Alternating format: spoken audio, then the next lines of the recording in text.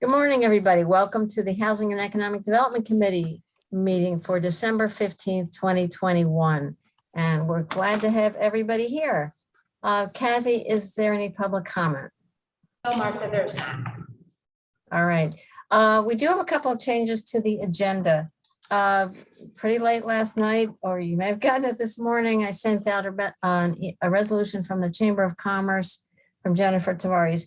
Appointments to Tompkins County Micro Enterprise Grant Review Committee managed by Tompkins Chamber Foundation on behalf of Tompkins County as subrecipient. And Kathy, should we move to put that on the agenda? Yes, please. All right, can I get a motion from that? That's moved by Shauna, seconded by Annie. Let us vote. Henry? No, well, vote yes. Vote to put it on the agenda. Okay. Yes.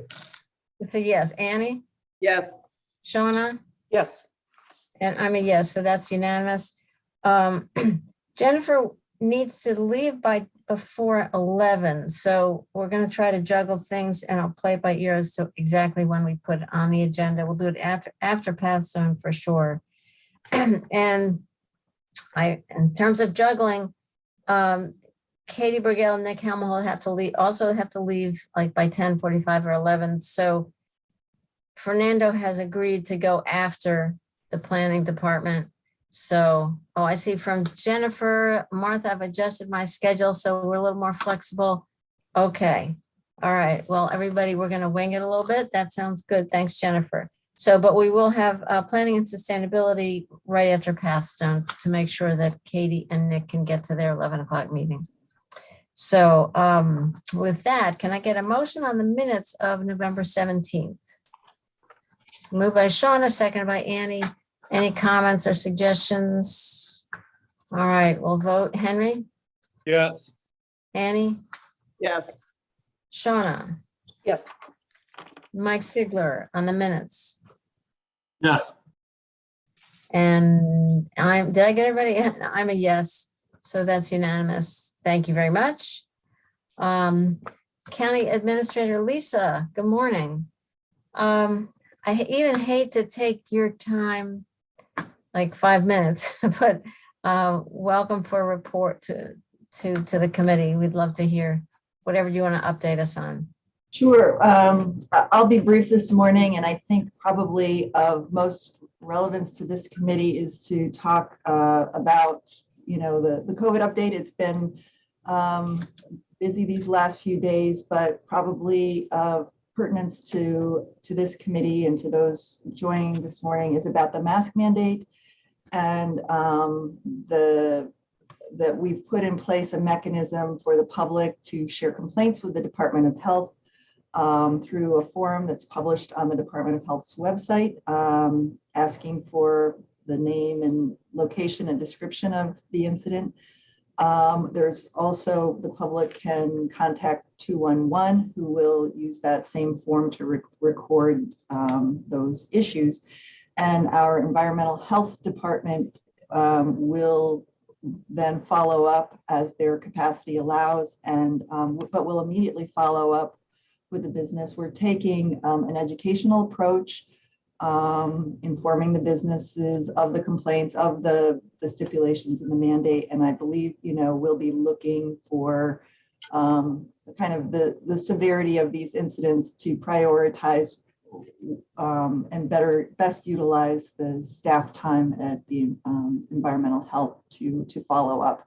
But that's the approach we're taking. And yesterday, Dominic sent out that information to the public, and first reaching out to the business community to make them aware of the approach, and happy to answer any questions on that.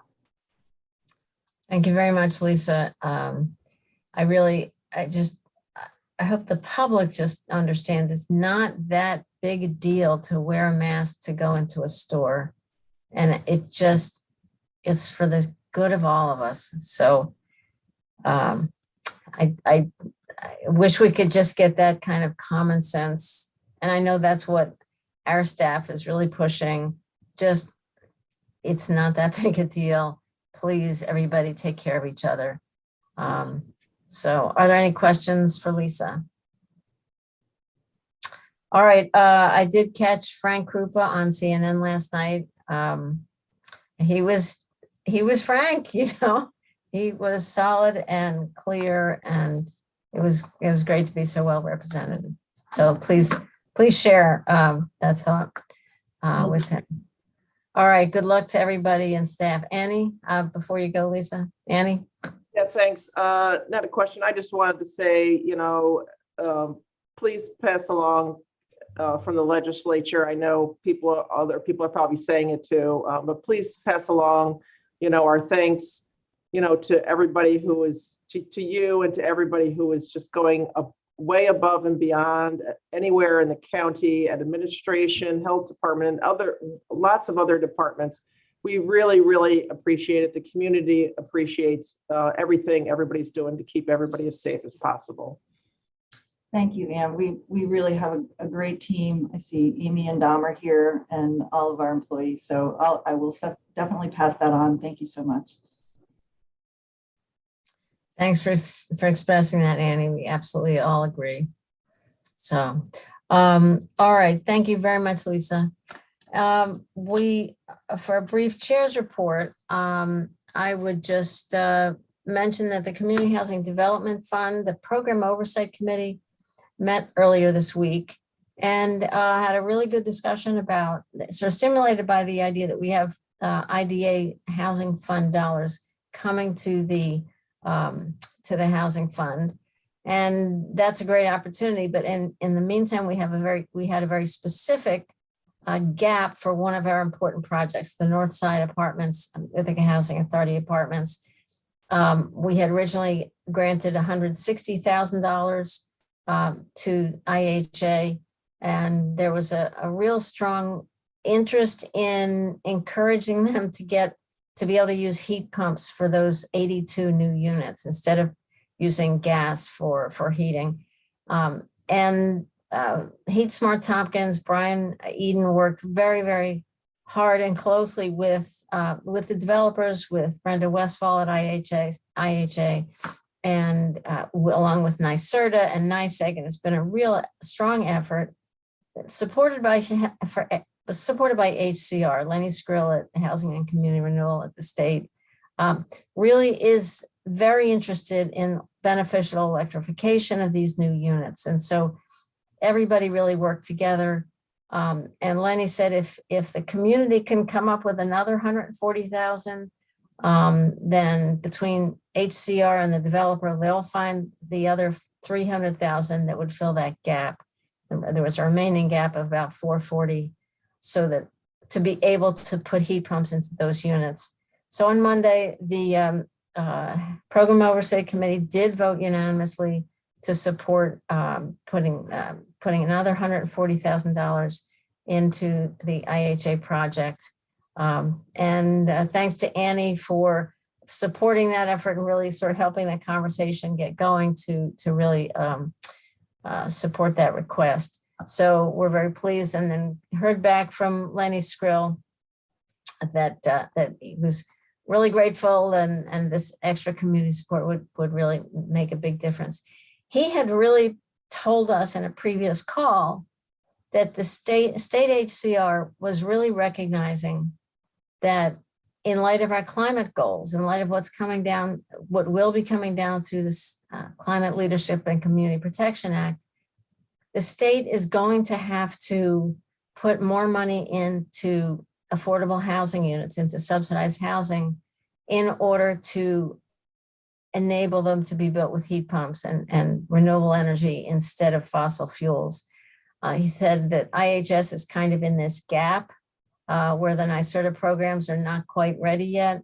And the state is going to have to be filling that gap for future projects. So we believe and hope this will be sort of a one-time piece before the state is able to put additional resources behind electrification. So I just wanted to report on that. I think it's a good move, and I'm really grateful that the committee supported that request.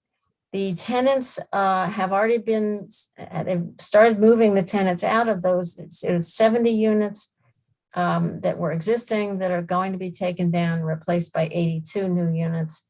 And about half of those folks have already been relocated, and staff are working really closely with the families to find the right kind of places for them to move to during the period of construction. And they will all have the first dibs on the new units if they want to come back. So that's just a sort of summary of the Housing Development Fund. We did issue a new NOFA in November. Deadline for that is December 22nd for applications. And we will be meeting in late January to look at what kind of applications we have for the next funding round. So are there any questions about the Housing Fund? All right, and thanks to Henry for coming to that meeting, as well as one of the counties, as the county's alternate on the Oversight Committee. All right, with that, I'm delighted to welcome folks from Pathstone. It's probably a couple of years ago that Megan McDonald and I talked about, gee, what is there? Is there anything we can do? Is there any way to help folks who are living in manufactured homes? And I know in my town in particular, in Dryden, there are a number of mobile home parks, manufactured housing parks, where it's really clear that housing is not up to standards. So Megan told me about the resident-owned cooperative movement, and I'm glad on my last meeting of the Housing Committee, finally we get a chance to bring you folks in. So I see a few people who identify from Pathstone, John Wiltsey and John Greenbaum, is that right? That's right. Okay. Are anybody else on the call from No, you? that's our team for today. Okay, wonderful. Well, if you would like to just go ahead, take the floor, and you did send us out the slide deck, and I hope people have had a chance to look at it. I assume you wanted to share your screen? I will. Okay, I'm John great. Wiltsey. I'm the Senior Operations Director here at Pathstone. John Greenbaum's my staff person who runs the Manufactured Home Preservation Initiatives. We're really grateful for the opportunity to be with you guys. And I mean, before I even go on to the MH stuff, bravo to Ithaca for leading the charge on beneficial electrification. Pathstone's also deeply engaged in that as the NYSERDA Community Energy Engagement Program lead for the Finger Lakes region. So we know your folks at Heat Smart Tompkins and work with them regularly. And it's a great thing you guys are doing. So I hope more communities follow your lead. Thank you, John. On manufactured home community preservation, I will share my screen here. These are some of the slides from the deck. I'm not going to go through the whole thing because that would take us like 45 minutes, but we do, Pathstone got involved in this. It's been close to 20 years now. We've been involved with helping residents in manufactured home communities to convert their community to limited equity cooperatives. And Pathstone, you can see the slide, we were founded in 1969. We were called Rural Opportunities for much of our early years, and we focused a lot on migrant and seasonal farm workers and meeting their needs. But we've grown since then into a major, real estate developer and involved in a lot of human service programs. In Ithaca, we partnered with Ithaca Neighborhood Housing Services on the development of Breckenridge Place, Cedar Creek, and Stone Quarry. Those were all joint ventures. And through those projects, we hired Joe Bose as our developer. He cut his teeth on those and a few projects up here in Rochester. And then, of course, he returned to his hometown and has done a great job down there. So that's sort of our major Ithaca connection. But we recognized many years ago that people in manufactured home communities, AKA mobile home parks, and just to get the terminology straight, we don't call them trailers because a trailer is something you load your boat onto to go to the lake. They're homes, and mobile homes are those factory-built units that were built prior to the HUD code in 1976. So any home that was manufactured after 76 is a manufactured home. So these communities are, obviously they run the gamut in terms of quality of housing and quality of infrastructure, all the way from really, slum conditions to very high-end units that sell for several $100,000 down on Long Island and in the Hudson Valley.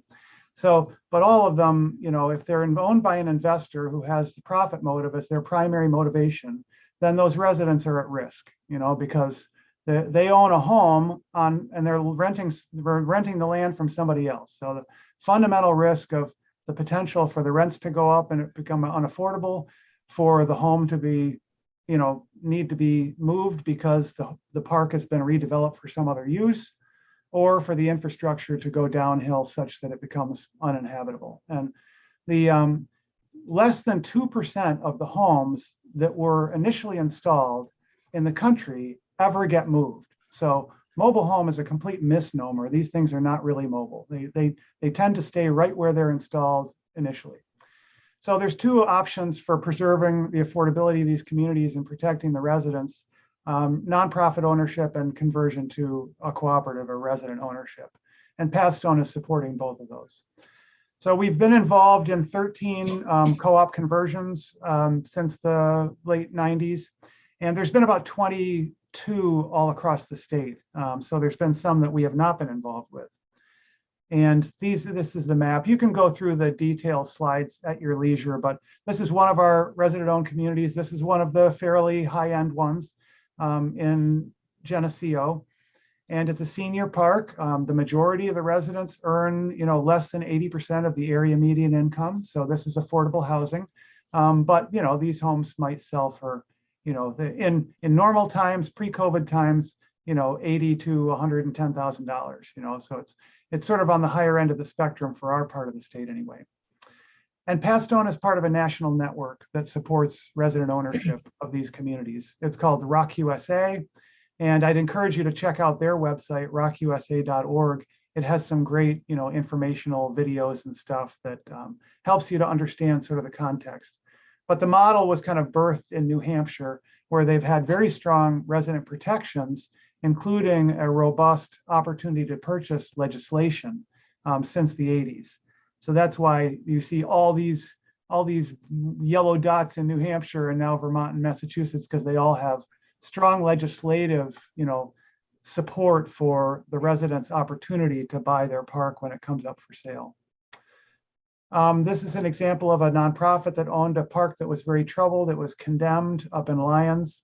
They had shut the water off, and Canal Side was bought by Providence Housing out of Rochester here as a sort of a preservation strategy, to save this community and those residents from losing their homes. And they got a lot of work to do. This is going to be a long and difficult process, but they're digging in. And and then of course you guys are probably familiar with INHS purchase of the former Auble mobile home park up in Trumansburg, and Pathstone has been involved in that process and kind of advising them in that, and looking forward to working with them as they really dig into improving this community and securing it. And then, I mean, the other potential for nonprofits is to buy a park like Compass and stabilize it and then convert it to a co-op, several years down the road. So it could be a transitional kind of nonprofit ownership. So resident-owned community is just another word for co-op. They mean the same thing. New York state law is a little weird. Our co-ops aren't actually organized as co-ops under the New York statute. They're not-for-profit resident housing communities, housing corporations. So a couple of key success things that we look for in approaching communities. We have to have a willing seller. Obviously, there's no law in New York that gives residents any opportunity to buy a park that the seller isn't willing to sell. So the park must be up for sale or having a willing seller who's willing to accept a reasonable price. And then, of course, willing residents that are committed to following through on this. And a group of resident leaders that are going to take the lead and sort of serve as the nucleus of the leadership team for the co-op. Finding these things all in the same community is really kind of a little bit of a needle in a haystack, because there's a lot of parks that owners would love to unload, and those tend to be the communities that have the least level of kind of resident engagement, and in some cases even home ownership, because many parks have converted a lot of the homes over to rental homes as the financing has been difficult for residents to secure. So I should say the other key things that we look for in communities is 75% or more of the homes should be owner occupied. So 25% or less rental units. And then, maybe 75% or so occupied sites. So parks that are half vacant or 2/3 vacant are generally not good prospects for resident ownership. So we hear, the residents, when we get them together, their first question is, we can't possibly do this. We don't have any money. We can't buy a $2 million community, whatever. So this is where Pathstone comes in. We help them to form a resident corporation and help them to borrow all the money that they need, both for pre-development to kind of assess the deal and see if it makes sense for them, and also for the community acquisition. And so the limited equity cooperative is the purchaser of all the land. So the residents don't own their own sites. The corporation owns the undivided property. And then the members of the corporation have a perpetual right to occupy a site in the community. And we look to these, we have some very good lenders that we work with. Rock USA has a lending facility that we've used on many of our deals as well. But CPC does a lot of lending for affordable housing around the state. And of course, the State Housing Finance Agency underneath HCR is a lender for us. So the co-op's responsible for paying the mortgage payments. They're on the hook for all the debt, so no individual resident is liable for anything. And it's a one member, one vote, one household, one vote kind of a setup. Nobody's forced to join the co-op. It's a coalition of the willing. The members elect the board, and the board hires a property management company. So these folks definitely need a professional team to work with them to run the community in. And professional property management is a key part of that. Pathstone also signs a 10-year technical services contract with these co-ops. So we are with them through the whole conversion process, and then for 10 years post-purchase, and for longer if they choose to continue to hire us. So this is, we kind of talked about this. And my slides are not advancing. There we go. So you can join anytime by buying a membership. The membership prices are fixed in value and they're very low. Generally, co-ops start out with like an initial joining fee of 10 or 20 bucks a household. And then if they succeed in buying the park, then they become a full member, and their membership fee could be as low as $100 as a one-time purchase. And then they're a member, as long as they remain in good standing with paying their occupancy charges and other things. And if you don't join the co-op, you just stay a renter. Your new landlord is the co-op corporation. So nobody gets evicted, nobody gets displaced as a result of a co-op corporation. But as new people come in, they must join the co-op. So that's the way it becomes more, co-op owned over time, is all the new residents. When somebody wants to sell their home, the new buyer must agree to join the co-op. So the co-op pays all the bills and takes care of, contracts for all the services that the community needs. And John Greenbaum's going to address this piece a little bit here, the before and after. Well, just quickly to say that resident-owned corporations really do deliver on affordability, and particularly over time. You see here in over a 30-year period of time, the discrepancy between what lot rent charges are for a resident-owned community and a commercially owned community, it can be more than twice as much. And as John briefly alluded to before, it's 1998 right now for manufactured home communities. We saw a lot of flipping of homes and the market heating up, and outside speculative forces coming in during that period of time. And that's exactly what's going on right now in 2021 I think we've more than doubled the amount of out-of-state investors buying up manufactured home communities in New York State. And so that's putting, and they're all coming in looking to maximize their investment and raising the rents. And of course, now there's a cap on lot rent increases, but year after year, 3%, 6% increase, it adds up. And so ROCs play a critical role in preserving affordability. And as you see in New Hampshire, if there are enough yellow dots in a state, we can create some market density, which can then have an impact on the market in general. So, there can be an impact beyond just the people in the community. Yeah, we won a minor victory back in 2009 when the state regulations for manufactured home communities was amended to say that the residents have the right to buy a community only if the buyer intends to change the use of the land within 5 years. So if somebody buys a manufactured home community within 5 years, they turn it into a Walmart or into a subdivision or something, then and only then did the residents have an opportunity to sort of meet or beat whatever price was on the table. And as John alluded to, the Tenant Protection Act that was passed in 2019 provided statewide rent control for manufactured home communities.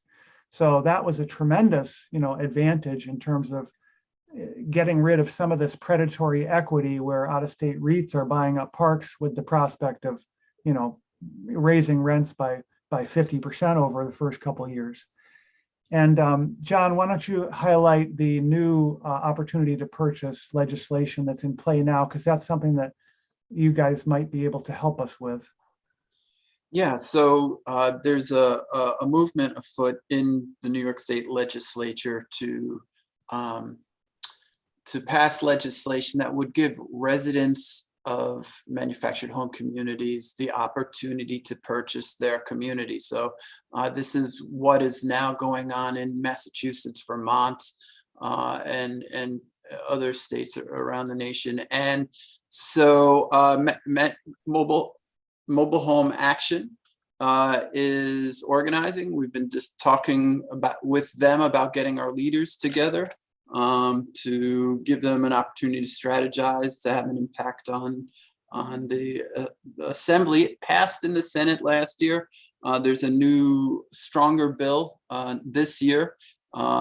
So we're looking to the assembly, and hopefully we'll be able to have a great year of linking up residents to be able to testify to their assembly members about their experiences in ROCs. But certainly all the support, all the allies and champions that we can bring to this process will make it more likely to create more affordable opportunities all across the state. Mm-hmm. And there was a law, I don't really have the specifics, but I heard from some homeowners down in Long Island that many years ago, I think it was in the 80s, Suffolk County actually had a county ordinance that said that residents would have the right of first refusal on manufactured home communities. And it had some sort of a sunset. So it hasn't been in effect for a long time, but it's something that you might have your, county legal staff or somebody look into, whether there's the possibility to have a countywide, right of first refusal kind of opportunity, or how that might be built into the county operations. I'm not much help on the mechanics of that, but it might be worth inquiring about. And then I should have really said at the outset, we've been in touch with many park owners in Tompkins County over the years. We've done direct mail, we've done phone calls, we've tracked down listings as they come up for sale. One of them that I got pretty far down the road with was Country Acres up in McLean. And that park was for sale as part of a 3-park portfolio. And the owner was really interested in resident ownership as an option, probably because he wasn't seeing very good offers from other buyers, because this is usually seen as sort of the last resort for park owners. But he did give me the green light to go in there, and I met with resident groups on 4 or 5 occasions. I actually helped them to form an interim board and to put together bylaws and incorporate the entity, and then things kind of fell apart. I think what happened was the resident board, the interim board, kind of represented one faction of the community. And there was another group of residents who felt disenfranchised and like, oh, if those people are in charge of the park, it's going to be bad for us. Or so we had this a little bit of a Hatfield and McCoy's thing going on in that community that I didn't really realize when I went in, but it basically tanked the deal. I mean, the resident group just, it fell apart once it became obvious that they weren't going to be able to come together around, you know, a collective solution to securing their community. So that's the furthest that I got, and unfortunately in any Tompkins County deals.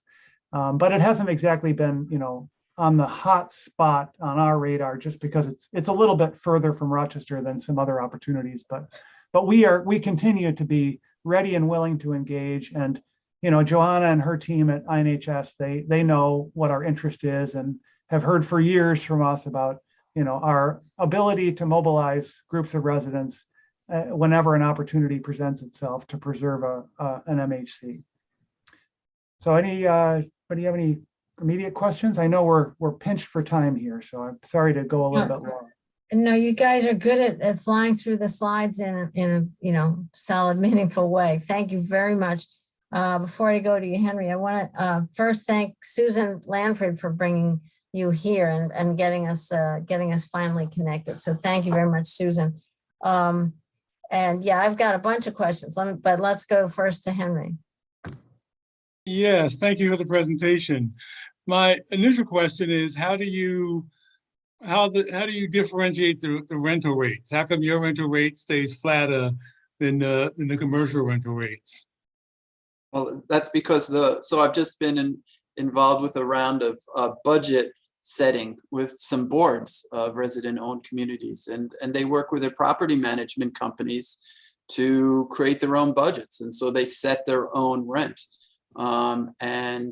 The only thing they have to worry about is the rising costs of trash pickup and septic cleanouts, and nobody is clamoring to get a shareholder payout, as is true for, you know, the privately owned communities. So that's what's going on. Okay. Also, good. The economics get better and better over time. That's the thing. It's like many times because the residents are borrowing a ton of capital to buy the community. You know, an investor would come in with like 20 or 30% of their own cash, and then they'd have financing for the rest. These folks are paying interest on mortgages for like 110% of the park purchase because they have to finance all the pre-development costs too. So it's like initially their rent might actually go up in order to acquire the park. But then over time, they're going to far outperform the market because they don't have that profit motive, and they'll be able to keep their lot rents more stable over the long haul. Go ahead. Also, just another quick question is, how easy is it to get financing for the projects? Well, there is plenty of not-for-profit capital available from CPC and Rock Capital, and, you know, the Leviticus Fund has loaned on these deals, but those tend to be higher interest rates. You know, those might be 6.5% rates. The state of New York is the gold standard for, you know, cheap money. They can go as low as 1% on their. They have a suite of programs to support manufactured housing called MH Advantage. And if you just Google MH Advantage and HCR, you'll find the sort of the term sheet for that on their website.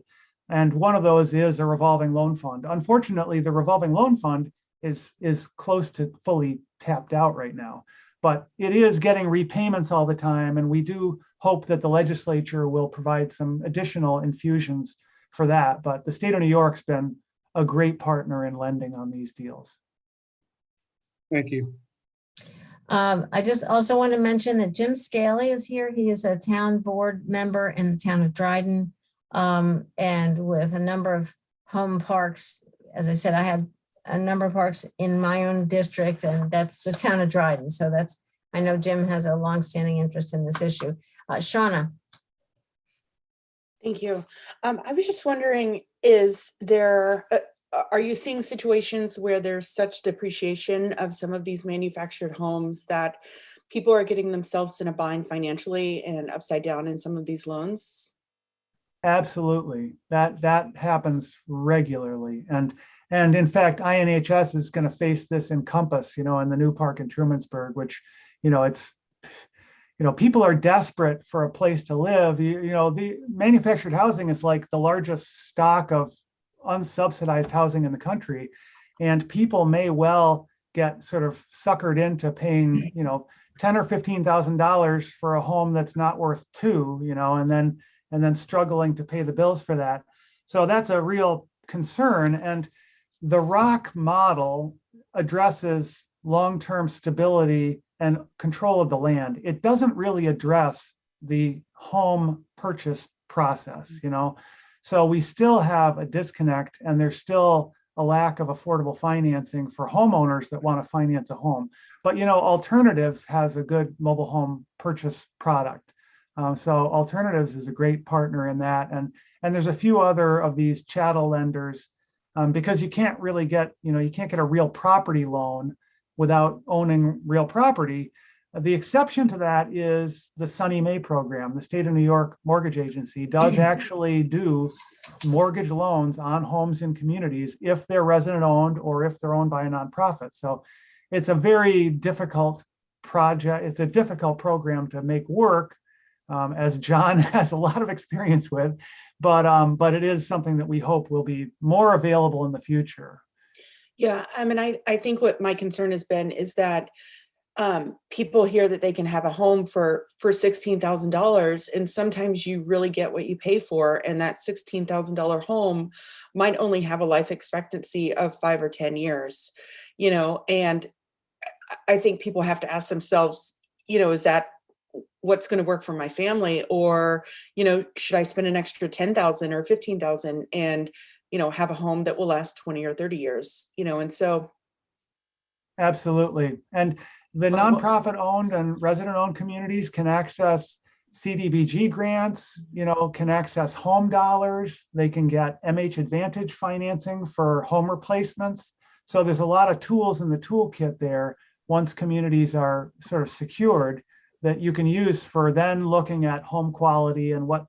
But the sort of the myth of manufactured housing as a depreciating asset is really just that. It's a myth. I mean, a manufactured home, when it rolls off the factory floor, if it gets properly installed on a permanent foundation, footers below the frost line, properly tied down, and you keep the water out of it, it will perform as well as any stick-built home.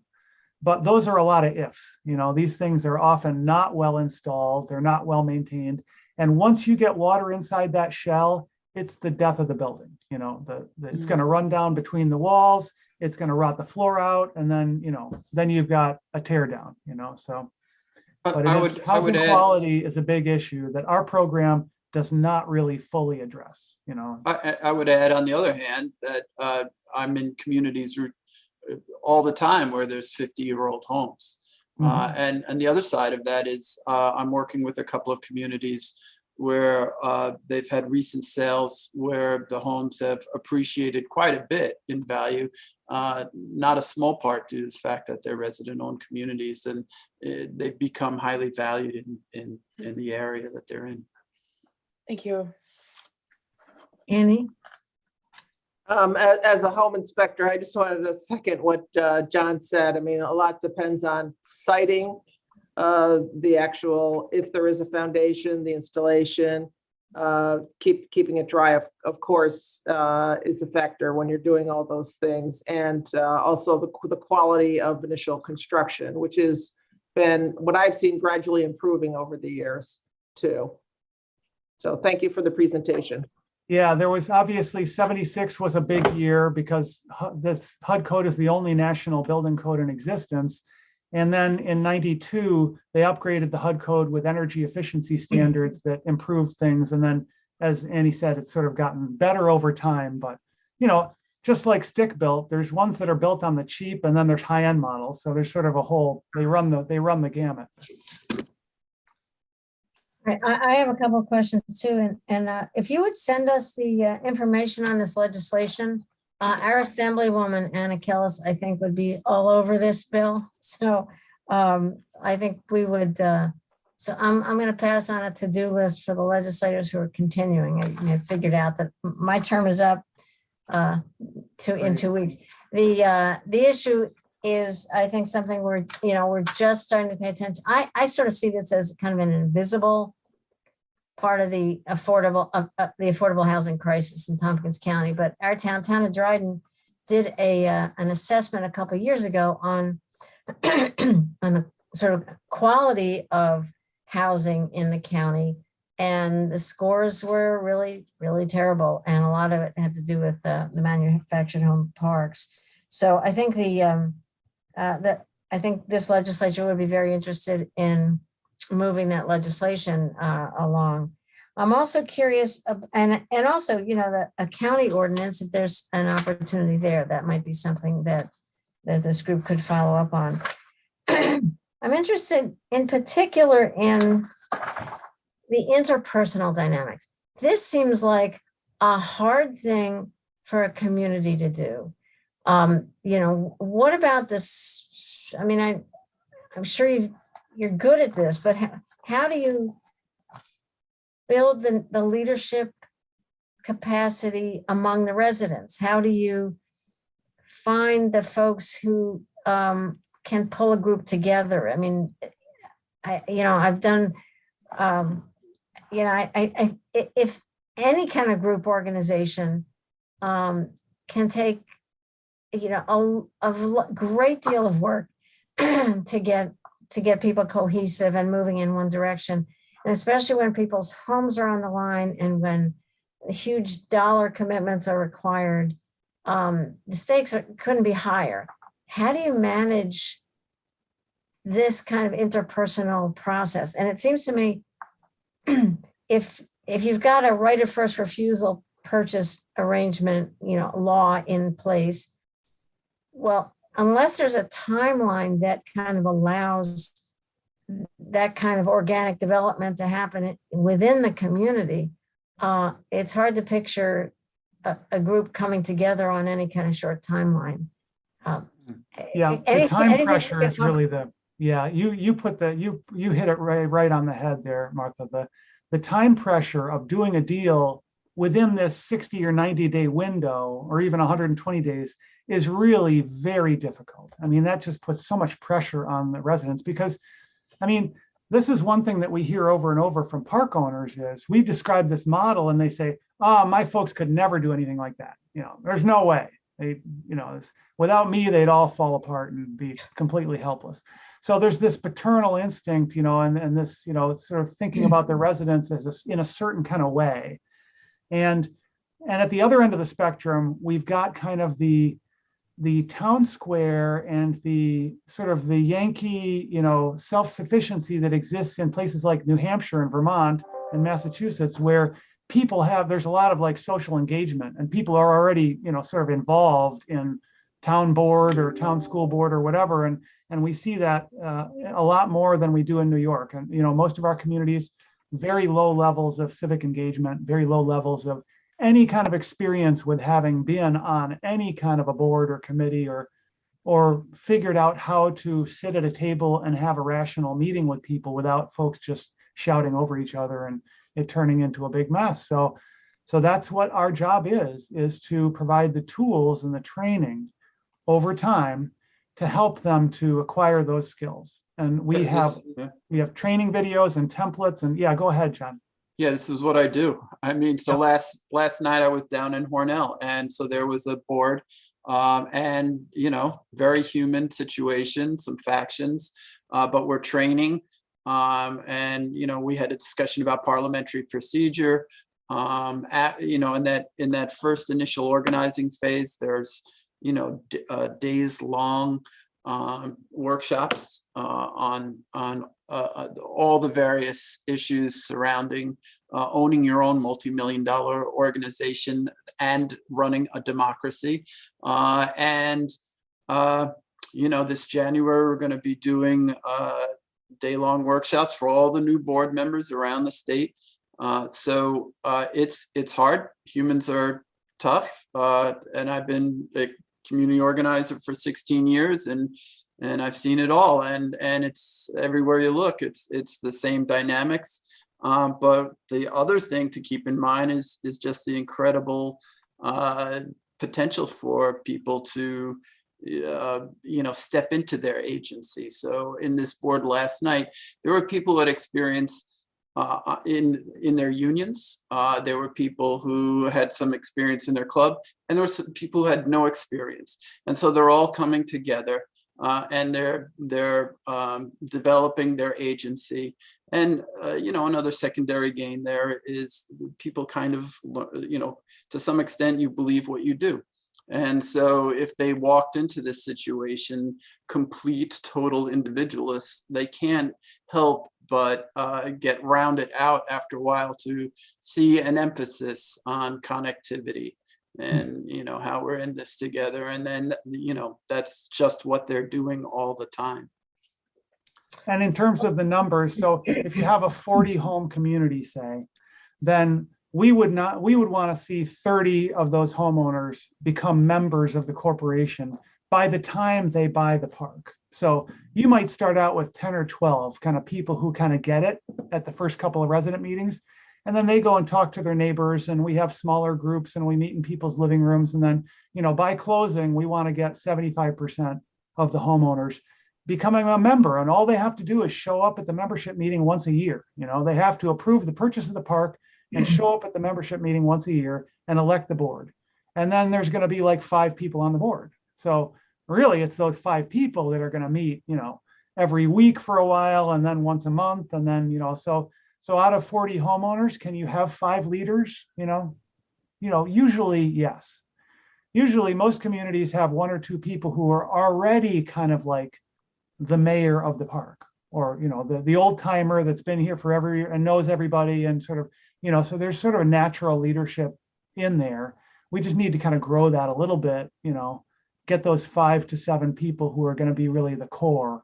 And then that's the group that John works most intensively with. Well, this is fascinating. I can imagine this being a completely life-changing process for individuals and families. So I'm really, really intrigued, and I hope that the legislature follows up on this. I think this is a really important opportunity, and Jim, maybe the town of Dryden could look at this some more. It's really exciting, and it seems to me that sort of testimonials like from people who've been through it directly to other people considering it probably would have a lot of strength, a lot of power. We actually bring resident leaders from some of our co-ops to some of the other first resident meetings, so they can hear from somebody who's been through it. But I wanted to say lastly, one of the things about this model that just totally intrigued me from the get-go, I've been involved in affordable housing for 30 years. And this isn't like a, let us help you with your, poor people with your housing problem. It's a, let us equip you with the tools to become business owners. You are going to be set up as a corporation, which is going to own this real estate and make business decisions for the betterment of you and your neighbors. It is not like a subsidy-based kind of voucher or grant type model. So, and this appeals to park owners and to other people who, sort of the capitalist side of it is still very much there.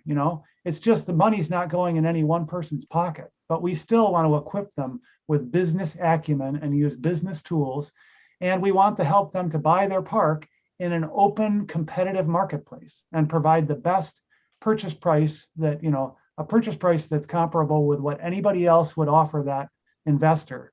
It's just that once they do this deal, that park is out of the speculative real estate market forever, so.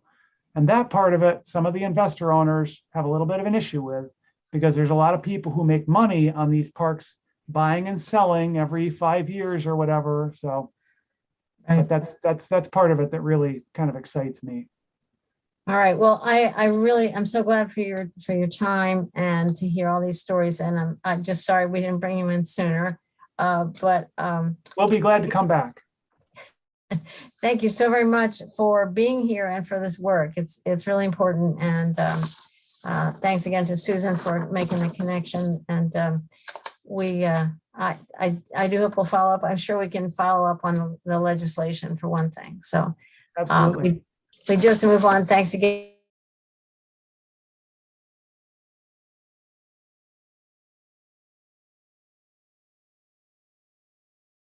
Interested in going next and making sure you get to your next meeting. I don't see Katie.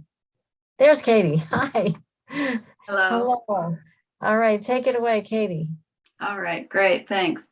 So hi, everybody. A few notes on the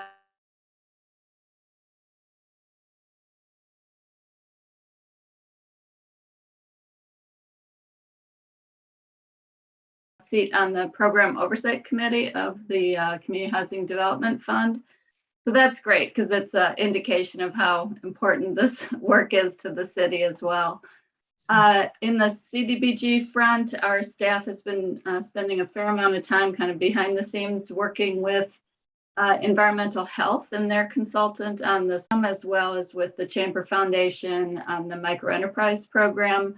It started the CDBG reporting season, so that is not a lot of fun for our staff, but they continue to do it. I thought it was just kind of an interesting note that New York State, like every place else in the world right now, is having a lot of staff turnover. So that's causing some problems or just getting handed off from staff to staff for our housing work as well, just so you're aware of that issue. We are eagerly awaiting announcement of the tax credit awards. We expect that to be really any day now. So fingers crossed that we have some good news for our local projects. Our staff also has been working, having discussions with municipalities to think through options on affordable housing. That includes with the towns of Dryden and Lansing. This is Susan's last week with us, Susan Lanfried. So we wish her well in her next endeavor and hope that all goes smoothly with her. And thank you again, Susan, for all of your incredible work while you've been here. And then finally, just wanted to hand this over to Megan. She's going to talk a little bit about the rollout of the New York State Homeowner Assistance Fund, which is the latest news on the housing front. Megan? Thank you. Just very quickly, New York State is opening the Homeowners Assistance Fund on January 3rd for applications, and they're anticipating funds will be exhausted very quickly. And so we are working kind of locally. I know INHS, Human Services Coalition 211, Catholic Charities, Law New York, the city, the county, we're all working to try to make sure that our community gets that messaging out. And so there is a website available we can share out to members. And I think I'll be working with Dominic how we can use kind of county networks to help spread the news. Because you can, if you use the internet and email, you can sign up to be notified the moment it's opened. There is information on the website in terms of documentation a homeowner could start gathering, but essentially this is meant to help homeowners that have been impacted by COVID, whether they have had income loss or they've had extra expenses due to COVID. And so all the details are there. I can share my screen for just a moment, if you bear with me. So it's the nyhomeownerfund.org is their website, and the phone number is 844-776-9423. I know they're also trying to help people that need legal assistance and other counseling and things like that. And my understanding is locally, Law New York is kind of taking the lead on that. Thank you, Megan. Now, is this, so what help is available? Housing Council, is this basically to for people to pay mortgage, like the rentals, like ERAP was for renters. This is now for homeowners. Somewhat, yes. So there, everything from assistance with payments, people that need legal assistance, if they may be in the foreclosure process, particularly targeting those that are either behind on their mortgages, behind on property taxes, water bills, sewer bills, those sorts of things. And you can already be in foreclosure and apply. In certain circumstances, you could not be in arrears, but if you're unemployed and facing the potential for arrears, you may be able to apply as well. Thank you. All right, well, that's great. It's great you're already working with so many of our partners in the community to get the word out. All right, thanks. Anything else from Katie or Megan before we go to Nick? No. Any questions for Katie or Megan? Okay, Nick, we're interested in the broadband study. Where do we stand? Sure, thanks. Yeah. So where we stand, so just a little recap of where we are. We released the RFP for the physical survey in late October 21st. Our responses were due November 23rd. We got 4 responses. And we had our first pass at reviewing all those with the evaluation committee last week, and we selected of those 4 2 finalists to interview. So the reason we needed a little bit of a shuffle today is actually for those interviews to make those happen. I can say, the 4 responses we had, I think all of them appeared to be on-face qualified and able to do the work. I don't think that was necessarily an issue. Wide range in prices, really almost from down to 28,000 up to 113,000. And the prices in general came in a little higher than I was expecting. So that's something that we'll be accounting for here. Another variability that we, I think, saw in these firms, which were largely engineering type firms with telecommunications experience, was their, 2 things. One was the degree to which they had worked with local governments previously. Some of them had more or less experience in that front. And also the degree to which they proposed surveying all of the roads versus just the rural areas of the county. I think we generally understand or assume that, the service is available throughout the city of Ithaca. But there are big questions, I think, regarding anything outside of that boundary. Even within the city, we're not precisely sure. So I think our general preference, and we'll the committee will sort of discuss this afternoon, is the value of going for that whole county every road approach. So we're hoping to have a finalist chosen, if everything goes well, identified today and under contract before the end of the year. So yeah, that's where we're at. Okay, that sounds great. Annie, go ahead. Thanks, Nick. So I'm glad to hear that there are people interested in doing this, because that would be an issue if there weren't. So you're saying they came in over what you expected. I'm trying to remember what we had put in the budget, or what was left over. It wasn't. Yeah. Was that like 40,000 was left over? A little less than that, closer to 35. So. Okay, so that's the thing. And did you say something about the value of going, mile by mile? I mean, I'm thinking that's what we need, right? That is what we need. Yeah, the question is how deep in how much of the urban areas the different proposals included. Some of them, were limiting what they were looking at based on other outside data sources, and I can say, that was something we're not really keen on. And others were looking at limiting it based on urban areas versus non-urban areas. And I think there's questions to that approach as well. So generally, the committee's going to talk about it later today, but I think, my preference would be to just look at every road in the county, every public road, even if even if it's in the city of Ithaca. Okay, thank you for this, and thank you for continuing to work on it. Mm-hmm.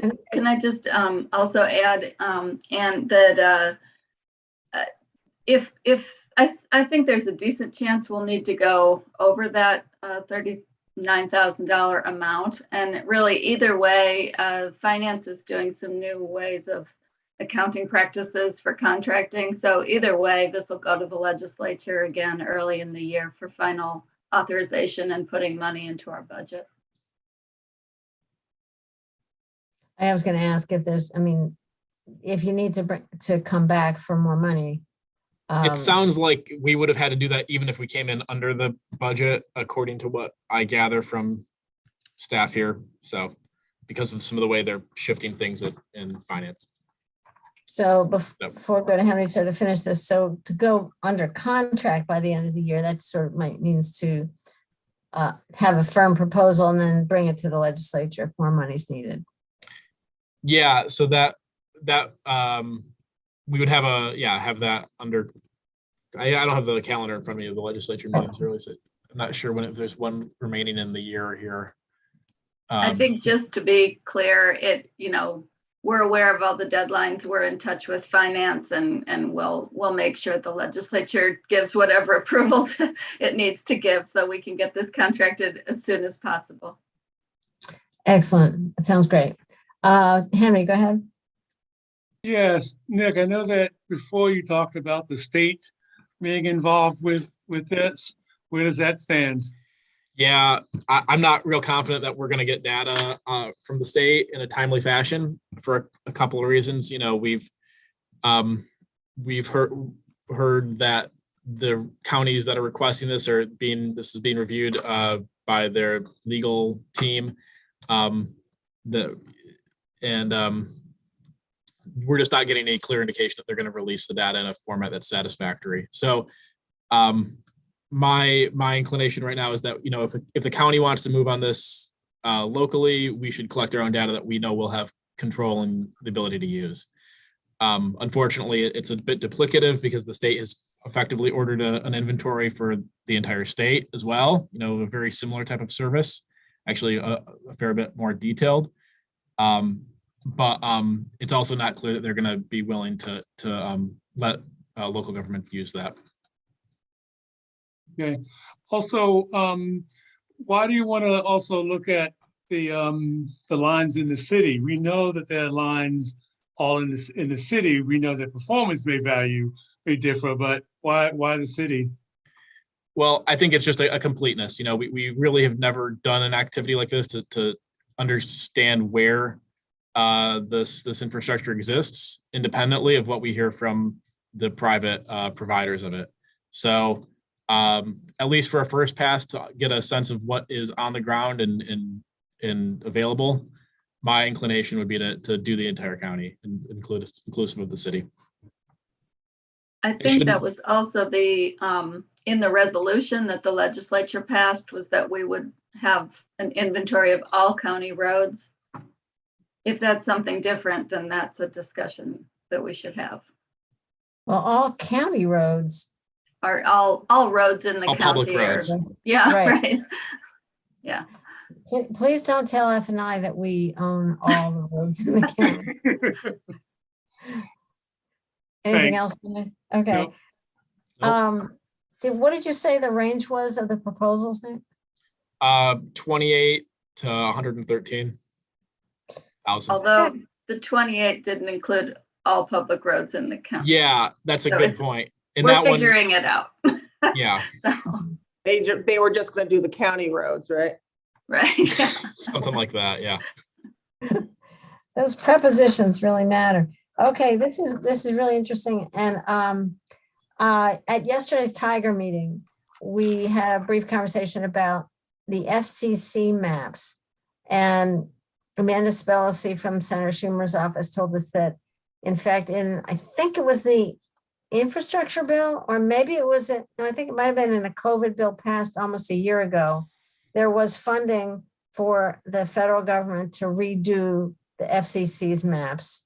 And, that obviously will take a long time, and no idea what the trajectory of that is, but at least it's funded. It's the plan. We don't really want to wait for that, but it's they've made a commitment on it. Is there any news about the ARC grant from Southern Tier 8? Yeah. Yes, we were turned down by the ARP grant, but we're working with Schuman's office to try to get more. That was the Build Back Better, though. That was Right. okay. That was a Build Back Better, yes. Yeah, and I think you're talking, Martha, if you're talking broadband, about the NTIA grant, which is Yeah. different than they Yeah, are. no, they got completely overwhelmed, the NTIA grant. I can pull up the last message I got from Jen Gregory on that. And they're just delayed until first quarter of next year before they're gonna make any announcements. I think it was, 10 times more funding requests than they had funding for. And they had some billions of dollars. So yeah, the demand is pretty great out there in this sector. All right. Well, better pass that. Build Back Better bill. Maybe that'll help. All right. Anything else for Nick or Katie? And Megan, I think, okay, thank you all. Megan, I think do you have the CDBG resolution? Are you talking about the public hearing resolution? Yep. Yeah, packet page 11. Essentially, under CDBG, our second public hearing for a CDBG award needs to come when we're pretty far down in spending down the funds. And with the draws that we're anticipating, we should be there in the early part of the new year. So that's why we wanted to go ahead and get it's a long process to actually schedule that public hearing. So wanted to give a chance to do that. All right, thank you. Packet page 11. Does somebody want to put that on the floor? Moved by Shauna, seconded by Henry. That's document ID 10574, scheduling a public hearing for the grant administration of the New York State Community Development Block Grant CDBG Award for Tompkins County Healthy Homes Rehabilitation Program 3. So any questions for Megan? All right, your memo is great, Megan. So, I would encourage that to go into the legislature packet as well to help people know what this is about. And a big thanks to Susan too, who's been helping with this program. We'll miss her. Absolutely. All right, let us vote on this. Annie? Yes. Shauna? Yes. Henry?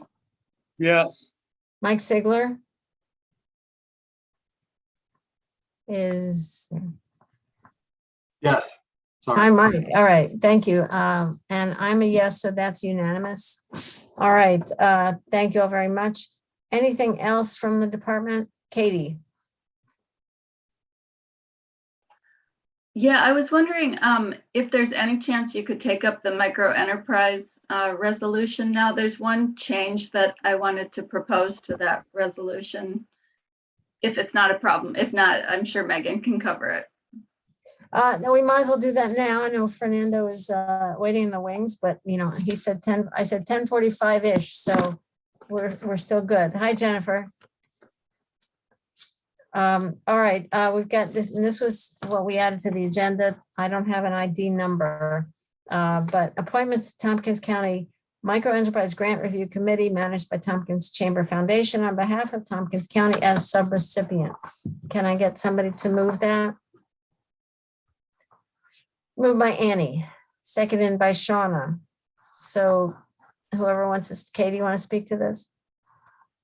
Yeah, the only change that I would propose is instead of putting Megan's name in there, to perhaps put Commissioner of Planning and Sustainability or designee, which would help us with flexibility. We're down 2 people in our department. We're trying to work out work program and balancing workloads. And it might be Megan, it might be somebody else, with Megan able to help on occasion as needed.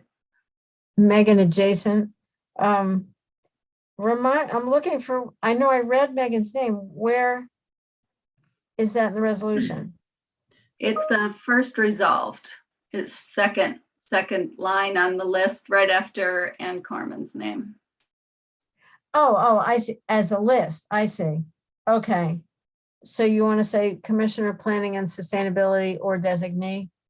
I think that would cover us. That'd be helpful on our end. Okay. Megan, you okay with that? All right, is that acceptable to the mover and seconder? Annie and Shauna? That seems to make sense.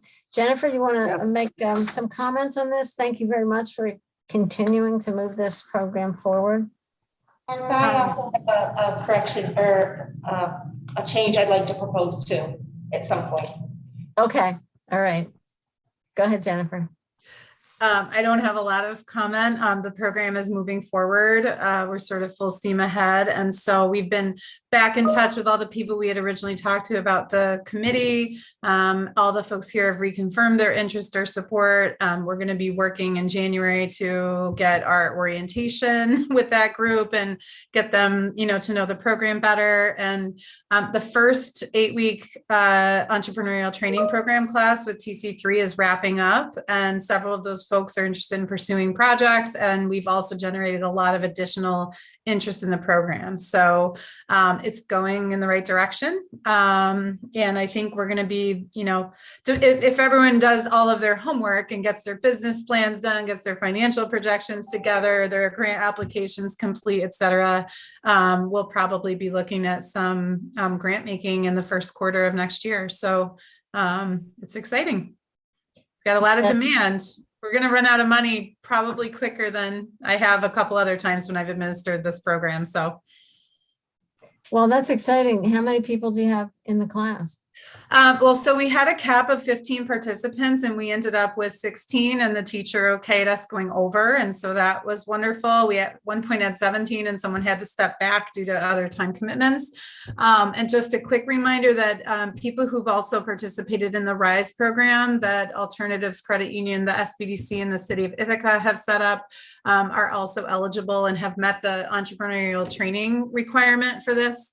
A couple of other updates that I'll just say, and I'm certainly interested in talking offline with anyone about this, but this was set up as a countywide program. We're heavily focused on rural development. We thought that inside of any IURA delivery area, people would not be eligible. And Martha, you even asked a really good follow-up question about that at one point. Well, what if a resident from Dryden or from Trumansburg is opening a business in the city? Could they be eligible, right? And it turns out the IURA is not administering the same exact type of Cdbg program. They don't have the same funding source, which is what is required to exempt those folks from funding. And so a couple thoughts on that are that technically any microenterprise business owner who meets the criteria countywide, regardless of whether they are within the city or outside, is technically eligible. And I don't think that we or the county want to put ourselves in the position of deciding someone's not eligible if technically, according to Cdbg rules, they are. But we are looking at asking the IURA to allocate funding from their Cdbg entitlement funding round, their current round that they've just released.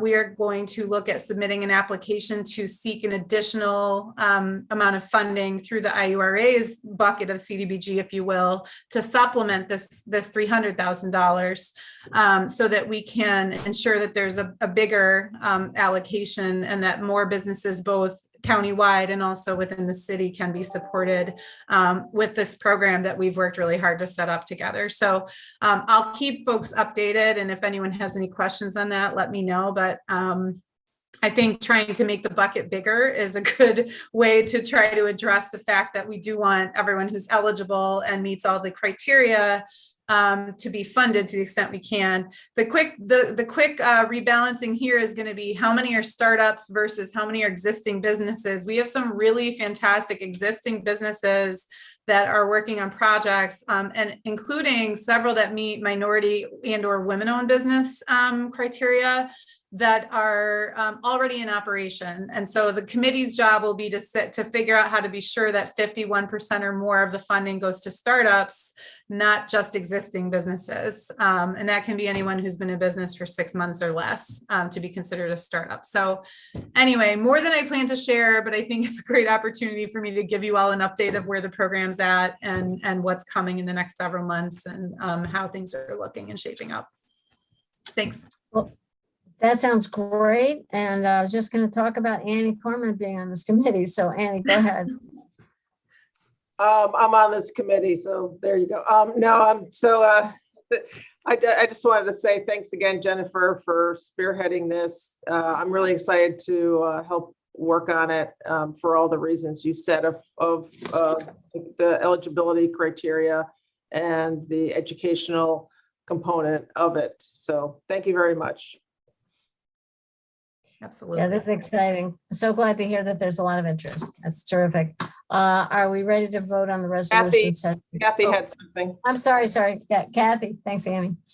I recommend deleting the last resolve. That's not necessary. Okay. If that's Jennifer, was there any reason from the point of view of the grant? It was in the draft example that I was sent, and I didn't know if you needed it to be there. All right. So Let's consider that deleted. All right. Then Shauna, before you leave for the dentist, ready to vote? Go ahead, Shauna. Yeah, I'm certainly ready to vote. Yes. Okay, thank you. Annie? Yes. Mike? Yes. Henry? Yes. And I am a yes. So thank you all very much. This is exciting. thank you so much for squeezing this in so that Leslyn can complete this process for us in the next week and we can keep it moving forward. Thanks. Very good. Thanks a million. All right. Anything else from DPS? Nope. Thanks for accommodating our schedule. All right, good. Have some good interviews there. Hello, Fernando. How are you? Martha, can I just say one thing in case they're headed off? I see, I think Susan has already left, but please send my thanks again to Susan for such a great job that she's done with housing, and I've enjoyed working with her, and again, wish her well. Will do. Yeah. Thank you. Absolutely. I can't believe it. She's only been here about 6 months or something. And yeah, she's been such a great partner, a quick study on these really complicated projects in the department. And yeah, we're really going to miss her. So share that. Lenny Skrill has big plans for her in Albany. So we hopefully will not see the last of Susan. Excellent. We believe in recycling. That's good. All right. Thanks, everybody. Thank you. All right. Thanks, Katie. All right. Thanks, Megan.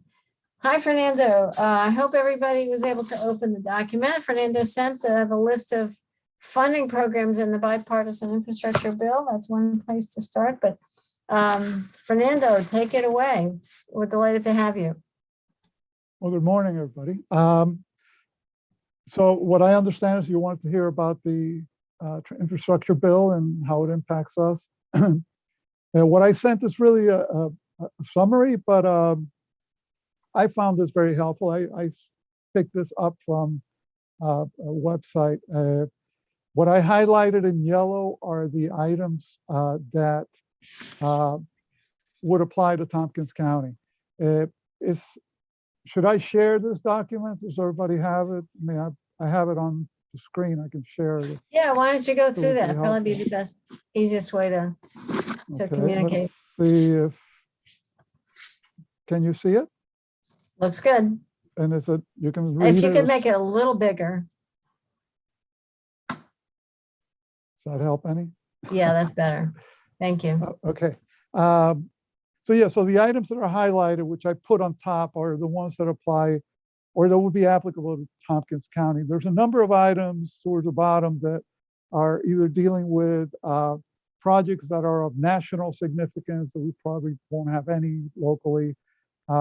There's some that are dealing with ferries and port infrastructure that are again not going to be applicable to us. So and the ones that focus on large freight infrastructure and that type of mobility are also not going to be applicable to us. Within this, there are some that are highway related. The Safe Streets for All, promoting the Protect one, promoting resilient operations, the second one, are particularly interesting. And the one that is for rural surface transportation grants is also going to be interesting. All of those are new, or at least those three, as well as the Strengthening Mobility and Revolutionary, the SMART program, which is all about technology. Those are all new, and we don't really know how they're going to operate and what the rules for their use are going to be until the feds publish those, which will probably happen winter, spring of 2022. And then we'll have an idea what the deadlines are, who is eligible, and what kind of project are they really looking for. And we need to be ready to jump on those. I've been telling the Transportation Council membership to be thinking about these things and to be ready to act, because when this gets published in the Federal Reporter, we'll need to be acting pretty quickly on them.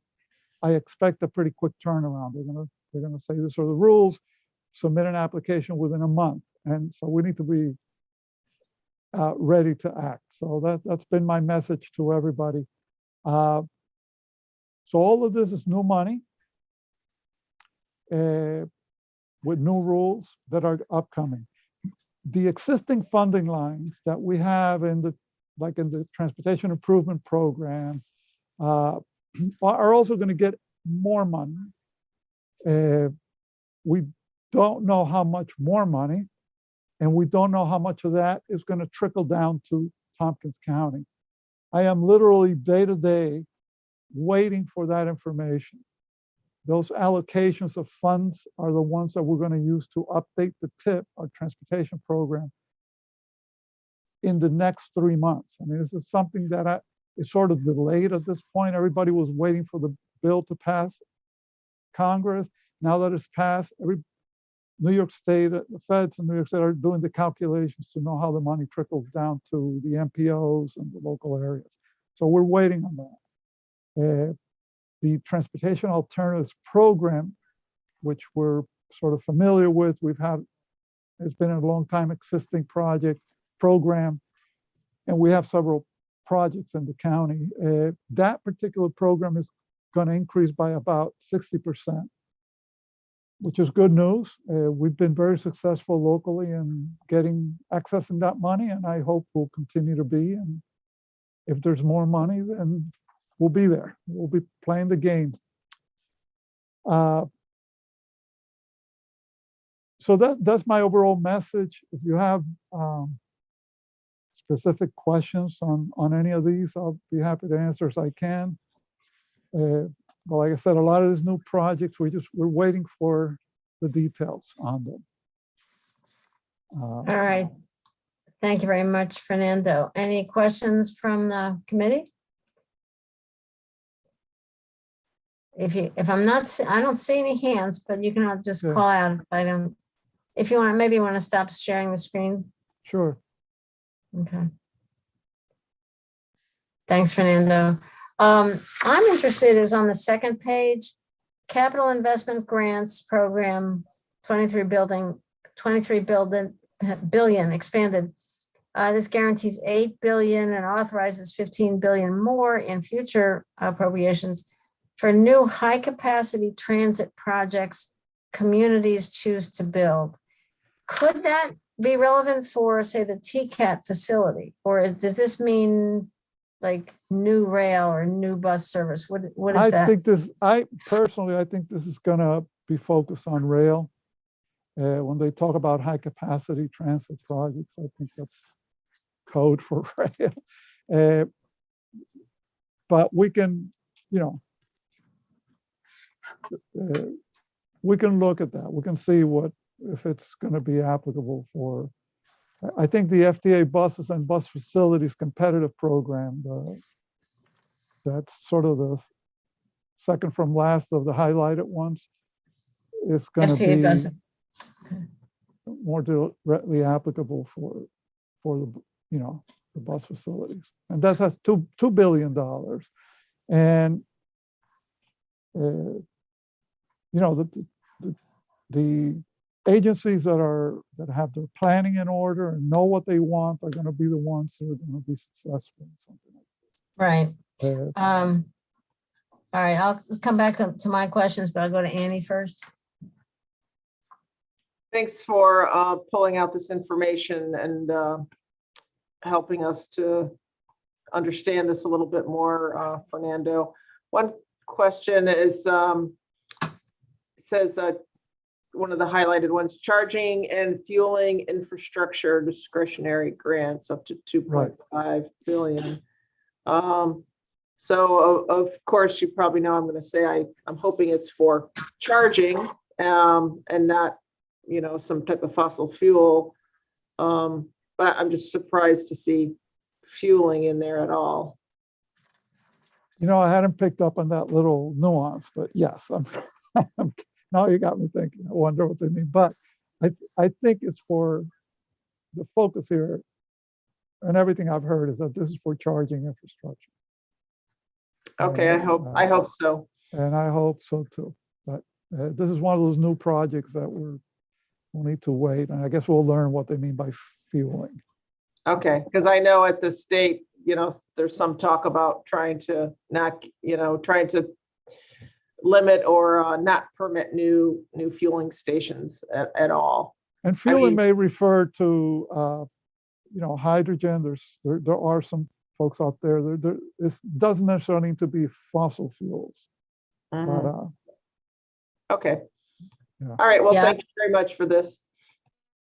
Yeah, I thought that maybe fuel cells or something. I thought maybe just to not limit the new technologies that are coming. Henry? Yes, thank you, Fernando. I assume that you are the county's expert on the infrastructure funding. well, in some aspects of it, I suppose. I deal mostly with the federal dollars, that surface transportation dollars that come to Tompkins County. Because any surface transportation money needs to go through the Transportation Council to be added to our 5-year program of projects. So all this grants, if we're successful getting any of them, they will end up in our 5-year program of federally funded projects. Okay, thank you. Fernando, I would like to follow up on the one on the FTA buses and bus facilities competitive program.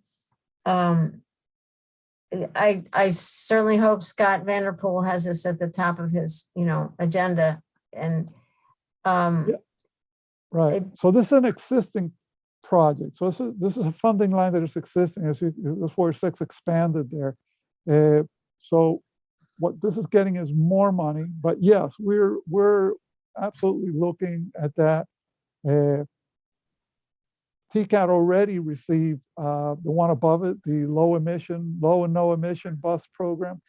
They already received some funding there, and that line is getting expanded. And I know that TCAT is interested in getting more electric buses. So I'm sure that they'll be tapping into that. Again, what we have, even though there will be more money, we don't know how much more money, and certainly how much more money is going to get to us. That we haven't received the allocations yet, like I said before. well, this one says competitive. So that's not a formula driven. Right. The low no emission is competitive. Actually, all these are competitive. I'm sorry. The 5307 grants are the ones that we haven't received the allocations for. Okay. Stuff that it's in our current tip. Okay, because just on the TCAT facility, and they have been talking about this for a long time. They've put together enough of a plan and program that they're part of that grant with the airport I'm sure I should follow up with Scott, but, you know, I've thought for a long time, if they were ready with their proposal, that would be, as you said, you want to be able to respond quickly. And so I hope that they're crossing Ts and dotting Is. Is that okay? Is that I something? agree. We have our eye on this, the no emissions and bus facilities competitive programs. And like I said, we already have received money from there, and I'm sure they'll apply again. I encourage you to talk to Scott, put it on his radar. We do. This is the kind of money that also Dwight Mango monitors, and you know, he's deep in this world, and always keeping an eye out for opportunities to access his monies. Okay. All right. That sounds good. That's great. Well, this is certainly a promising time of opportunity to see if we can, what kinds of things we can make happen here that you've been thinking about for a long time. So. And just said, yeah, because I just said that, for example, today I just wrote the agenda item for next week's meeting. We're going to be programming $6 million of basic COVID recovery type monies that were made available through 3 different programs that will go to TCAT projects. So we're keeping an eye on all this because everything is happening sort of real time for us right now. Yep, absolutely. Well, that's exciting. When you have a lot of work to do, at least it's good to have good prospects at the end of it. So. Right, absolutely. All right. Thanks so much, Fernando. Appreciate you coming here. All right. May I note, is this your last meeting with this committee? Or? Yeah. Thank you very much, Martha. I Well, know you and thank I have you. been at it since the beginning. So congratulations and thanks for your service. Thank you, Fernando. And yeah, Fernando, you might have been the first county employee that I really interacted with through the NEST study. I remember that. Yeah, I know you do. In 98 and 99. And yeah, I gotta say, I think I sort of credit or blame that whole project with getting me involved in this whole business. So, so it's been a pleasure to work with you, Fernando. One of the better things, one of the better outcomes I've created in my time here. Thank you, Fernando. Thank you. Take care. All right. Happy holidays. All right. I think we skipped over committee members' reports. Let's put that after, towards the end here, because we do have Heather waiting for us with the IDA appointments and with IAED's report. Hi, Heather. How are you? Good morning. I just wanted to highlight a couple of things in our report this month. The big item, the Tompkins County IDA adopted a new and revised local construction labor policy. This was spearheaded by Annie Koreman when she was on the IDA, and she continued on the committee through the course of the year. Much background research and discussion with stakeholders, developers, labor unions, construction companies, really to put together a policy that I think moves our community forward in terms of supporting local construction labor. The policy will require a 75% local construction labor requirement. We're defining that as Tompkins and adjoining counties. There will be opportunities for waivers for specific kinds of things, lack of specialized skills, documented lack of subcontractors or workers in the region, and other extenuating circumstances. All projects at the IDA will need to send over a letter explaining the project scope to the regional laborers group. The name is escaping me, and they'll also need to show proof of local bids. So lots of work this year on that policy, and I think we're going to see some positive improvements in the future. It's not in our report, but as we sort of close the year out and look at the work that we've done with our small and mighty team of what was 5 and now is 4 at IAED, we delivered incentives and other resources to companies this past year that will create 200 new jobs. That represents about $11.3 million in new payroll over the next 3 years. Those companies will retain 84 jobs, and they invested $263 million in facilities and improvements in our community. So even despite the plague, the economy continues to move forward. And then finally, I just wanted to really shout out and thank Martha Robertson for 2 decades of support for economic development, housing, childcare, and the environment, all wrapped up into one. You really have taken a leadership position on so many of these issues. You've been able to bring disparate stakeholders together and actually get things done. So, I could spend hours talking about all the things you've done, but, really kudos to you for your support to this community. And that's my report. If you have questions. Thank you, Heather. That's very kind. I really appreciate that. And at the last IDA meeting, I commented that I've been on the IDA almost 16 years.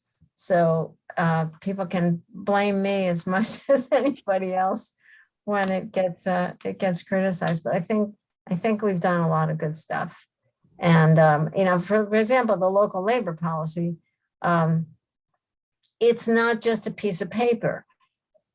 We've talked about this for a long time. And when other IDAs, I know staff and other community activists, et cetera, have brought up, Onondaga, different, this IDA has 100% local labor requirement, or that one has 100%. And then I would always ask, but do they really enforce that? Or how many projects get waivers, or how many of those projects get built? And it usually comes out that it's pretty much a piece of paper. I think what we've really worked through, and thanks to Annie's leadership and Todd Brewer on the IDA, and Mike too, is sort of the balance of all the different kind of interests. I think we've really dug into it and tried to say, we want a policy that works. We want a policy that really has meaning. So I'm really glad we got there. And I'll just also say on the housing policy, delighted that we're scheduling a meeting of the Housing Policy Committee so we can look at that too. And we probably got the rest of this committee will see another resolution about IDA appointments, but Heather informed me that until there's a new resolution for the next round of legislator members, that I'm still on the IDA. So You're not off the hook yet. Not off the hook yet. It's really been a pleasure to work with you and your staff, and you do have a mighty staff. They're great. So I'll just leave it at that. It's really been an honor and a pleasure. Thank you, Heather. Annie. Thanks, Martha. Heather, thanks for your report. And I just really wanted to say I appreciate and respect all the hard work that you, Kurt Anderson, everybody else on the IDA, of course, including Mike Sigler, who's here, Martha Robertson, and other folks from the Building Trades Council. I know that's a mouthful. I sometimes forget the name, but the Building Trades Council, Dave Marsh, Todd Brewer, Brian Notabaum from the Carpenters Union. It was real team effort, and it took a while, but I really feel good about it. And especially, the part that Martha said that, if we didn't do all that work, I don't think it would have the teeth that hopefully it's going to have, and the real effects versus other plans that are in place or other requirements in other counties where they're not able to follow through because it's just too global, and more a wishful thinking versus something I really think is going to be actually very productive and great for jobs in this county. So thank you very much.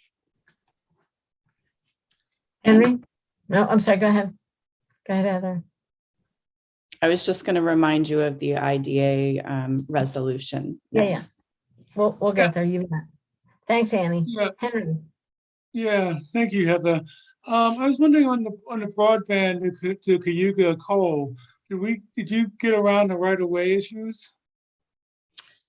The right-of-way issues are still an issue. Okay.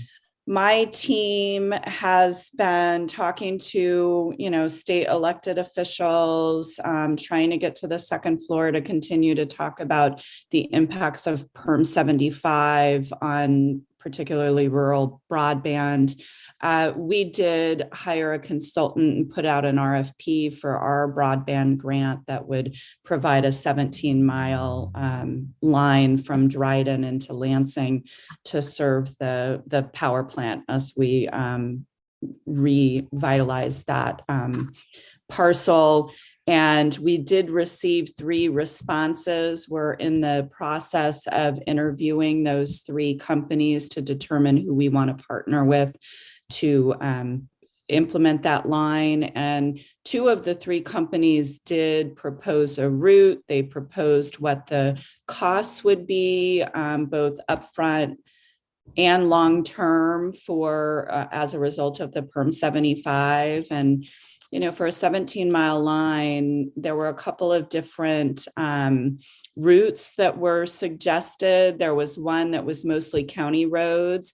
And even with that, crossing some of the state right-of-ways, they were estimating upwards of $150,000 to $200,000 on an $800,000 project, just in the upfront fees and permitting. So it continues to be a problem. Okay, thank you. Yeah, thanks for asking about that, Henry. I noticed in the Tiger meeting yesterday, we talked about the NISAC legislative program. And among the 20 pages is a piece, a line about this right-of-way issue. And my plan was that they didn't mention a waiver for nonprofits or for projects that are federally funded. There's an exemption for the state funding. They didn't mention that. So I was planning to, send them a comment about that. And so maybe I will make that a separate message and copy you on that. Because if NISAC is also weighing in, if they understand the issue, I know that they would be supportive of what you're looking for. I have a nice overview that we've been sharing. I'm happy to forward that to you. Okay, that'd be terrific. So speaking of that whole project, the data juice project, Heather and I have had a little bit of email conversation about, is this reuse of the power plant? Is there any sense that this is going to end up being a Bitcoin mining operation? And, I said, I hope those developers are aware of the 2 resolutions the county's passed on this. If you want to comment on that, Heather, I appreciated your answer or email. My understanding and discussions with the property owner is they are not soliciting Bitcoin operations. They are looking for more traditional data center types of redevelopment. There's a lot of moving pieces. The fiber is one. The low cost power is another, the ability to generate energy from solar on the site. So, as they're putting these pieces together, they are certainly talking to potential end users and they are not entertaining Bitcoin. That's good to hear. That's really, really good to hear. Appreciate that. I've made it pretty clear that that would be a problem in our community. Thank you. Thank you very much. All right. Any other questions or comments on Heather's general report before we go to the IDA resolution? All right. Thank you, Heather. So packet page 16, ID 10578, appointment to Industrial Development Agency and Tompkins County Development Corporation Board of Directors. Can I get a motion? Moved by Annie, second by Mike. And this is, as was mentioned before, Faith Vavra, the city's chief of staff, is being recommended here. I've met her, she's terrific. So I think she'll be a great addition to the IDA. So any questions or comments? All right, let's vote. Henry, Yes. Annie, Yes. Mike? Yes. Shauna has left. I'm a yes, so that's unanimous. All right, thank you so much, Heather. Thank you. All right, thanks for joining us. Happy holidays. All right, we have a couple, one advisory board appointment to the Southern Tier 8 Regional Board, Katie Bergella. Somebody want to make that motion? Henry moves, Annie seconds. We know Kate. Uh-oh, it's spelled wrong. All right, I know Kathy will fix that.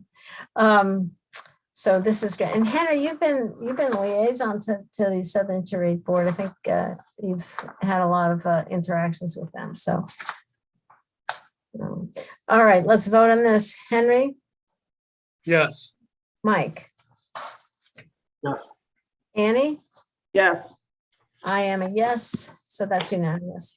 So back to committee members' reports. Is there anything from committee members on housing, economic development, any of our topics, any liaison boards that you're part of? Annie?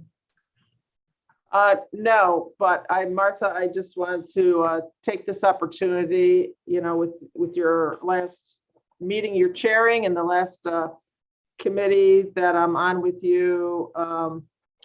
Although I consider you an honorary member of Peak, so maybe possibly I'll see you this afternoon. But I wanted to thank you for all your hard work, as second what Heather said, of all the different things that you've been working on. I've just been honored to work with you for the past 4 years, but I know you've done and seen your work, for the past 20 years. So thank you so much, from our community.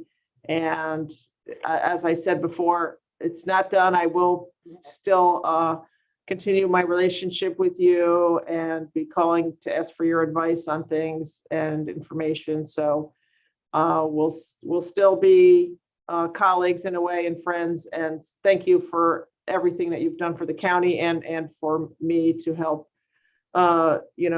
me learn in the past few years on how to be a legislator. I won't say a better legislator because I came in knowing nothing. So I really do appreciate everything you've done for me and everybody. And that's very nice. Thank you so very much. It really is a pleasure to have gotten to know you and Henry and all the new members. You're not going to be the new members anymore. It's really been great to see the kind of energy you brought to this and commitment to really important issues and actually getting stuff done. So, as a parting shot here, this stuff about the mobile home parks, like, oh wait, now I really want to see something happen there. So, I hope, I know this committee will, in one form or another, I know there's discussion about reorganizing the committees, but however, housing is covered by the legislature. I think there's a real opportunity there. I look forward to hearing what y'all do to pick that up. There's so much important work that's encompassed in this committee's responsibilities, and it's been a real pleasure to work on this stuff and exciting to feel like we can make a difference. So thanks very much, Annie. That's very kind. Henry. Yes, I just want to send you my wishes too for all the hard work you've done all over the years. I'm going to miss getting those emails at 1 a.m. from you. Because, I stay up late too, so I often get your emails very late. But again, it's been a pleasure working with you, Martha. Thank you, Henry. You too. It's been great. And, I guess, the 1 o'clock emails, that's what's got it. One of the things that's going to have to change.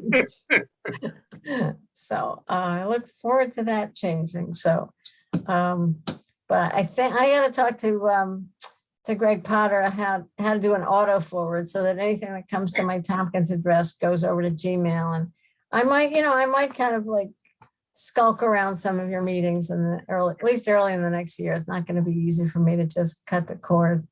So, all right. Well, I really did not mean for this part to be like the end of the meeting, but no, I think this group did a lot of good stuff this year, and I know Department of Planning Sustainability is going to be stretched. They're still looking for the energy person that was in Andrea's slot. Now they're going to be looking for a housing consultant as well. It's and Megan, if you're still there, I hope that you guys can staff up quickly. And I know it's since Katie's become commissioner, that's been probably 25% of her time is spent on staffing. So I know you'll find some really great people, and good luck in doing that. So thank you. We hope so, but we appreciate all the patience in the meantime, and we'll get through together. We've got a good team. Yes, absolutely. Can I say something real quick to Megan?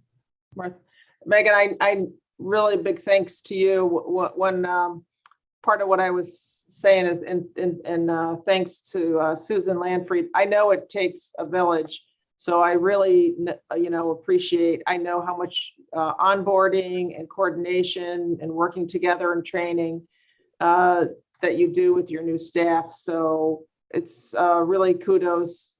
Or additional kudos to you and Katie and the rest of the folks in your department, and to see such great work come out of all of your staff. So thank you. And it was great to have that feedback after the POC, the Community Housing Development meeting. Was that Monday, to have the feedback right away from the state. So thank you for that. Thanks. And I'll share with the rest of the department. We appreciate it. And thank you very much. And we appreciate, all the partnership with our elected leadership as well. Yeah, and looking at Jim Scaley's little black box there on the screen here, just in the spirit of running through the tape, just this past week, Jim and I were able to grab Megan and Susan on a phone call with Ray Berger at the town of Dryden to look at possible developments in the area in the hamlet of Varna, because there's a lot of opportunity there. And so I really appreciate folks being willing to jump in to get another new wild idea. So all right, guys, so many good things, so many good projects in the works and things that have been accomplished, and thank you all for everything. I think we might as well give everybody back 6 minutes of their day, right? Wow, it's the other 6 minutes that we spent on other meetings. That's right. All right, Kathy, thank you so very much for everything. And we will see you soon. All right, thanks, everybody. Thank you, Martha. Thank you, Martha.